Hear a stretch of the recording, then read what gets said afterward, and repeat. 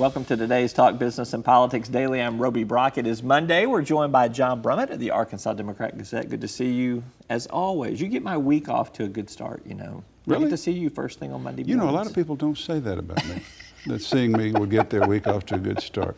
So I'm glad it I'm not an elected official, so I think that's why. Right. Plus, I don't write about you very much. I appreciate that. And usually, when you do, it's usually complimentary, so I appreciate it. People are wondering what your secret is. Well, so you didn't have a Razorback game to tweet about this weekend. No. I noticed you didn't go to any of the other schools in state. You went out of state, but you stayed in the SEC. I watched a little of Clemson and whoever they beat, Bobby Petrino's former team, Louisville, and I watched Mississippi State destroy LSU. And I used those, Clemson and Mississippi State, as examples for tweets that sort of attack some of the mythology about Hog Nation and the Hog Media mythology. Just give me one. You cannot recruit the elite players to Fayetteville after they've seen Starkville, Mississippi. That was one. Did you see any of that game? I did not see any of that game. They've got, Mississippi State had like Dak Prescott. He was quite a quarterback. Whooping. This new quarterback they have, 6'5", 230, fast, and it's just something, And Clemson is a town, it comes from Clemson, South Carolina, a town of 16,000 in the foothills of the Blue Ridge Mountains, a public university enrollment of 17,000, and they're national champions, and they got the elite recruits. I'm just sort of saying that could be done at Fayetteville if you'd quit making excuses. So, I'm not, let me explain and we'll get to important things. I'm not anti-Razorback. I'm anti-Arkansas Homer media. That's what, and so I consider it my self-appointed responsibility to burst that bubble sometimes. That's all. That's all. Okay. Football season is back, John Brummett, in rare form. That's where we're leaving this part of the conversation. Good. Okay. You caught a little bit of the Emmys last night too. Did you grade Stephen Colbert's performance? I thought he was a B plus. B plus. B plus. Pretty good. Yeah. Pretty good. When he said the Emmys, unlike the presidential race, decided on the popular vote, I enjoyed that very much. You laughed out loud, didn't you? I did. That's one of my themes. As you know, I like to say, sometimes in reference to President Trump, that he's the preposterous second-place president. I'd quit saying it, except it bugs his supporters so much that if they would quit complaining about it, it would go away. But then how would I have any fun? It's Agitation Monday with John Brummett driving the train. It's just something I like to do. All right, well, let's, before we get to the main focus of what I want to talk about today, let's talk about one development here. There does seem to be some momentum building for the Graham-Cassidy health care bill, which is another version of repealing Obamacare that languished earlier a few weeks ago. It seems to have a little bit of resurgence. Do you think that without a score, without hearings, that it could still get a vote? I think they're going to score it, aren't they? Well, they haven't yet. I know, but I mean, here's the deal. We thought it was over. And this Budget Reconciliation Authority, this procedural authority by which the Senate can pass by 51 votes an Obamacare repeal, expires September 30. That's the procedural rule, which means if they don't get something done by September 30, they're back to having to vote 60 votes to end debate on whatever they try to do. We thought it was over. All of a sudden, Lindsey Graham and Bill Cassidy, freshman senator, Republican senator from Louisiana, and two others, Heller from Nevada and Johnson of Wisconsin, maybe, came with this bill. And we thought, well, it'll get to 48 or 49. They all get to 48 or 49, but you've got Rand Paul, who's against anything that doesn't destroy Obamacare instantly. You've got Collins and Murkowski, who are worried about Medicaid cuts. And you got John McCain with the most famous gesture of summer, you know, down to this. So didn't look like it would happen. But this thing suddenly has momentum. Over the weekend, healthcare lobbyists, healthcare think tanks began tweeting, this thing's back, it's rising. And they may be at 49 votes. And who knows what McCain's going to do. Lindsey Graham is his good buddy. And it is a bill, they're calling it a more centrist bill. Basically, the central point is, it does away with Medicaid expansion after 2020. It does away with the federal subsidies for healthcare exchanges by 2020. And at that point, gives all states a, I would think large, going to have to be large, Medicaid block grant sort of, but it's a block grant not just for Medicaid, but it's a block grant covering whatever is being spent in their state on premium subsidies on the exchanges for non-Medicaid people. and they can design what they want. It's this Republican notion of state flexibility. You can require work, as we know Governor Hutchinson wants to do, and it also rewards non-expansion states because they get expansion level funding. Everybody gets that up front, and then it begins to phase it down after 2020. But it's got. I don't think it's there yet. But if and it's got some negatives, such as the fact that it would allow higher premiums for those with pre-existing conditions, which was a tenet of Obamacare that people very much like. It says that that as a principle within the proposed law that states should, take care of the matter of pre-existing conditions, but there's no actual meaty substance in there. The states would be allowed, within their flexibility, to treat pre-existing conditions separately. I read a conservative think tank today that said this thing would allow California or Vermont or one of those kinds of states to include a public option in their exchanges. It conceivably would, that much flexibility. It's not there yet, but it's close enough, and they got to do it by September 30, and it bears watching. All right. We're going to take a quick commercial break, then we're going to come back and we're going to talk about some arrows, some up and down arrows for a few of our elected officials. I like and a few to fire topics. those. I know you do. All right. So everybody stick around. We got John Brummett. We're back with more right after this. Arkansas Electric Cooperative Corporation provides electric energy across 2/3 of Arkansas. This is an exciting time in our energy history, with incredible progress being made in renewable energy and storage technologies. As our energy portfolio continues to diversify, we'll maintain an all-the-above strategy to provide reliable and affordable electricity. Ever since the first light bulbs were placed in our members' homes, the electric cooperatives have been the solutions provider for our members, and we want to continue that well into the future. Each day, the promise of our nation begins again. Arkansas and America, moving forward. I help make that promise a reality. It's not for everyone, but people everywhere depend on us. Oh, I love you too, sweetie. Trucking delivers, or everything stops. And that's what drives me. I did. Welcome back to Talk Business and Politics. I'm Roby Brock. We are joined by John Brummett of the Arkansas Democrat-Gazette. All right, we're going to fire some arrows, one of the more famous things you do in one of your columns from time to time. Before we do that, how did the whole arrow firing get started? What was the catalyst for this? Your inspiration? I began a Gazette political column in February 1986, somewhere about 87 or 88.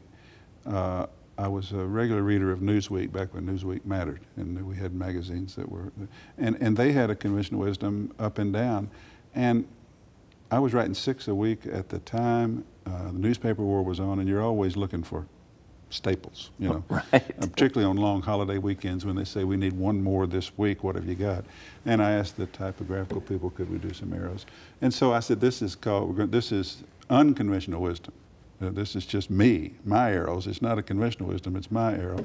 Up, down, and across, and I've stolen from Newsweek, and if they don't like it, they can let me know. That was the first column. They didn't copyright or trademark it. And one guy said to me one time, he said, I love your arrow columns because I just have to look at the arrow, I don't have to read what you write. You were into emojis before they existed. So also, the other staple is the Bubba McCoy column, which was my friend in East Arkansas. His name comes from the Hatfield-McCoy feud. Ken Hatfield was in trouble, and he didn't like Ken Hatfield at all. So I named him Bubba McCoy for McCoy Hatfield. You didn't ask that, and you wanted to get to the arrow, so I'll steer you back. Always a little something extra. Let's begin with Governor Asa Hutchinson. You give him an up arrow, a down arrow, or a sideways arrow? Up, up, up. And why? Well, let me tell you the situation right now. The Arkansas Democratic Party has got a couple of people who want to run for lieutenant governor, a couple who want to run for secretary of state. They got somebody that's interested in running for land commissioner. They got nobody willing to take on Asa Hutchinson right now. And as you may know, you know more about this than I do. Well, maybe you don't. I don't know specifically how it works, but the two things that determine whether you continue to have access to the ballot as a party are your vote in the most recent presidential race, or maybe the vote in the most recent governor's race. Or maybe you can take your pick. I don't know. It depends on which year it is. So you can't sit it out. Right. And there is nobody willing to do it. The State Democratic Party is willing to let somebody find a filing fee, get them paid, and let them go out there and express themselves and introduce themselves to the state just to do it. And they still, I just checked yesterday, no, there's not anybody. ASA has, and then not too much on all these arrows. Oklahoma, the Republicans have cut taxes so much over there that they're having public school 4 days a week in some areas, and Democrats are winning state legislative seats. Bobby Jindal cut taxes so much in Louisiana, LSU was nearly bankrupt, and then John Edwards, the Democratic governor, had to come in and bail him out by taking Medicaid expansion. Brownback in Kansas, we all know that story. That has not happened as yet in Arkansas because Asa Hutchinson has governed with fiscal responsibility and centrism and moderation. He has, and I think that doesn't please his right-wing flank, but there's no real right-wing flank option to him. And if we were, I think people know that if we were to elect a Democratic governor with this Republican legislature, it would be bedlam. I told the Life Quest class the other day, the luckiest thing we've got is a pragmatic, reasonable, responsible Republican governor like Asa Hutchinson. It's been a good thing. I think people know that, and I think his era is way up. All right, next subject, medical marijuana. As we are speaking, it is deadline day for cultivation and dispensary applications. I think there are over 70 cultivation centers that have been filed, over 35 dispensaries, and there will be more. You give that a thumbs up. Arrow up. Arrow you up. have heard, I bet, what I have heard. People are saying, you may have more detail than I do, because I don't really care that much, but because I'm not interested in this issue as much as some people. But I am told that when the list of applicants is released, which could be forthwith, right, this week? Yes. We're going to be surprised at the prominence, wealth of some of the people who've decided to do this. I can't imagine who that is. You may know more than I do. I may know more than you do. So, is what I'm hinting at, is it going to bear out? I think it will. Yes. Which my arrow up suggests, one, there's interest, but two, it's going to sort of legitimize it maybe with some of these people at that level getting involved. It also may lead to some criticism. Well, it turns out marijuana is just like everything else. The rich get richer and the other people get left out. That's a debate to have. But I think this week it's going to be an arrow up. All right. Two more on the list here. Let's go. Congressman Steve Womack, rumored to be potential House Budget Chairman. You give him a arrow up, arrow down, sideways arrow? I'm going to go sideways arrow because, yeah, it's fine. I mean, you get to be part of the leadership. But in this day and age, who wants to be part of the Republican congressional leadership? I mean, Donald Trump's got no use for you. Whenever you get on that leadership track, you have to do what the speaker wants, and you have to do the speaker's bidding, and you become a speaker's guy. I just don't think this is the era, particularly in Arkansas with an independent streak, where that matters. Plus, in an era of drawdown of spending, we're so concerned so much about spending, the old days of delivering big bucks like McClellan and Mills doesn't happen anymore. Yeah. So it makes that was more on appropriations. Right, and not budget. Right. But just the whole idea of yeah, I know, that's different, but the whole concept is what I'm trying to say, Roby, of congressional leadership, chairmanship, is not what it once was. But it's not a bad thing. He can brag about it, and people go, well, Steve must be doing all right up there. Yep. But it is at best a sideways. Okay, last one for you here, and this one I think I'll throw you a curveball. Sarah Huckabee Sanders. Where's her arrow today? Sarah Huckabee Sanders doesn't throw me a curve at all. Way up. I'm telling you. I was just listening to MSNBC or CNN, one of my favorite liberal cable stations, the other day, and Glenn Thrush, great reporter for New York Times, was saying, Sarah, and he's on first name basis, Sarah has calmed the room. You know, Sean Spicer it was madness in there. Yep. People were just, let's go watch this craziness today. She's calmed the room, and she's done it because she's smart and she's disciplined. She finds out from the president and from Kelly and from whomever, this is what we're saying today. This is how you need to say it, and that's what she says. If you notice, it does not matter. She manages not to get too upset with the same question being asked over and over again, and she stays on message. And I was talking the other day, you had Shane Broadway on, talking about his Arkansas Politics Hall of Fame, and I was speculating about the various classes, and I put in there, at some point she's got to go in. Sure. Because she is an international, visibly international spokesman. I call her official excuse maker for a president for whom there is no excuse. And that's a heck of an assignment, and I think she's doing very well. I mean, I'm aghast at some of the things she says, but that's the job she's in, and her arrow's up. I'm going to recruit you to do her induction speech, I think, once we get this I Politics Hall of Fame. I think she would be well pleased for me to do it. I think her father would not let me do his, and her mother would sure enough not let me do hers. Assuming she's qualified. Well, we'll see. Yeah. These are the things we're going to get into as we move along with the Hall of Fame. Who's going to do your induction speech when you get in there? You're in way before I'm in. Well, but I'm going to ask you to do it. I already decided with that. the Arkansas Democrat-Gazette. Good to be with you as always. Great pleasure. Thanks for getting the week off to a good start. All right. That's all for today's Talk Business and Politics Daily. I'm Roby Brock. We'll see you next time.